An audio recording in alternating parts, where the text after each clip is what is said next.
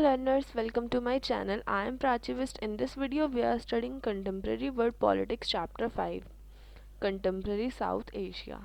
Let's get started. तो हमारा first topic है what is south Asia. South Asia वो रीजन है जिसमें हम रहते हैं, मतलब इंडिया जिस रीजन में आता है। साउथ एशिया वो रीजन है जहाँ पे इंडिया आता है और हमारे नेबर्स आते हैं। हमारे नेबर्स कौन कौन है? बांग्लादेश, भूटान, इंडिया, मालदीव्स, नेपाल, श्रीलंका, पाकिस्तान, ये सारे हमारे नेबर्स हैं। ऐसा कहा जाता है कि हमारा जो रीजन है वो बहुत ज़्यादा प्रॉस्परस हो सकता है नहीं, लेकिन हो सकता है क्योंकि हिमालयस भी इसी रीजन में आते हैं। वे ऑफ बंगाल, अरेबियन सी, ये सारी अच्छी अच्छी चीज़ें हमारे रीजन में आती हैं। अब आप पूछोगे अगर इतना सब कुछ अच्छी अच्छी चीज़ें हमारे रीजन में आती हैं तो हमारे रीजन प्रॉस्परस क्यों नहीं है, इतना डेवलप क्यों नहीं है? इसलिए नहीं है क्योंकि जो साउथ एशिया की ये सारी कंट्रीज़ हैं, इनके बीच में छोटी छोटी बातों को लेके लड़ाई चल रही है। तो अगर ये अपने इन इश्यूज़ वगैरह को सुलझा दें तो हो सकता है कि हमारी कंट्री बहुत ज़्यादा डेवलप बन जाए। जो हमारा साउथ एशिया है उसमें अरेबियन सी भी है, वे ऑफ बंगाल भी है, हिमालयाज़ भी है। तो इन सब डिफरेंट डिफरेंट चीज़ों की वजह से यहाँ पर क्या आ जाता है? डिफरेंसेस आ जाते हैं, डिस्टिंक्टिवनेस आ जाती है। किस चीज़ में? देयर इज़ लिंग्विस्टिक मतलब लैंग्वेज, सोशल मतलब हम लोगों का कल्चर्स का डिस्टिंक्टिवनेस, और सब कॉन्टिनेंट मतलब डिफरेंसेस आ जाते हैं। The boundaries of the region are not as clear in the east and west, मतलब जो मेन रीज़न है इनकी लड़ाई बाउंड्रीज, क्योंकि बाउंड्रीज क्लियरली मार्क नहीं है। बाउंड्रीज आपके पास बहुत अच्छा एग्जांपल है इंडिया पाकिस्तान। बहुत ज़्यादा ना बाउंड्रीज के चक्कर में लड़ाई होती है, रिवर डिस्प्यूट होते हैं। तो ये मेन रीज़न आपके पास है बाउंड्रीज, क्योंकि बाउंड्रीज अच्छे तरीके से मार्क नहीं है तो इसके वजह से मेनली लड़ाइयाँ होती हैं। Afghanistan and Myanmar are often included in discussion of region as a whole. आप मैप खोलोगे तो आपको ये दोनों कंट्रीज दिखेगी। अफगानिस्तान पाकिस्तान के ऊपर है और म्यांमार भूटान के पास में ही है। तो ये दोनों जो कंट्रीज हैं ये इंक्लूड नहीं होती साउथ एशिया रीजन में। China is an important player but is not considered to be a part of the region. जब आप मैप खोलोगे तो आपको ये चाइना भी दिखेगी साउथ एशिया रीजन के पास। तो चाइना भी इंक्लूड नहीं होती। आपकी बुक में लिख रखा है कि चाइना को इंक्लूड नहीं करते हम साउथ एशिया रीजन। अब हम पढ़ेंगे political system of south Asia. South Asia का पॉलिटिकल सिस्टम कैसा है?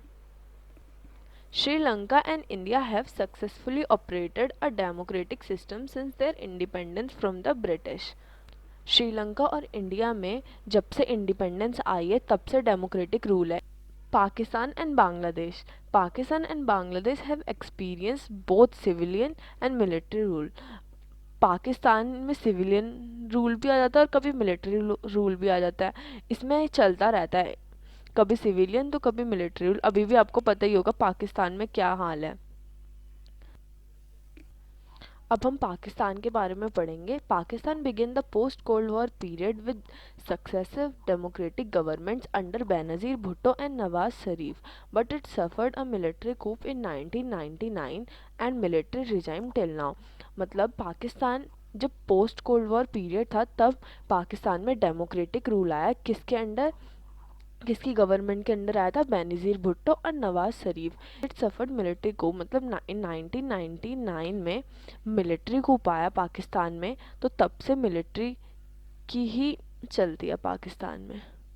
Bangladesh democratic after post cold war, मतलब जब ये पाकिस्तान और बांग्लादेश जब अलग हुए थे तो उस टाइम से ही डेमोक्रेटिक रूल चल रहा है बांग्लादेश में। Nepal Till 2006, Nepal was a constitutional monarchy with the danger of the king taking over executive power.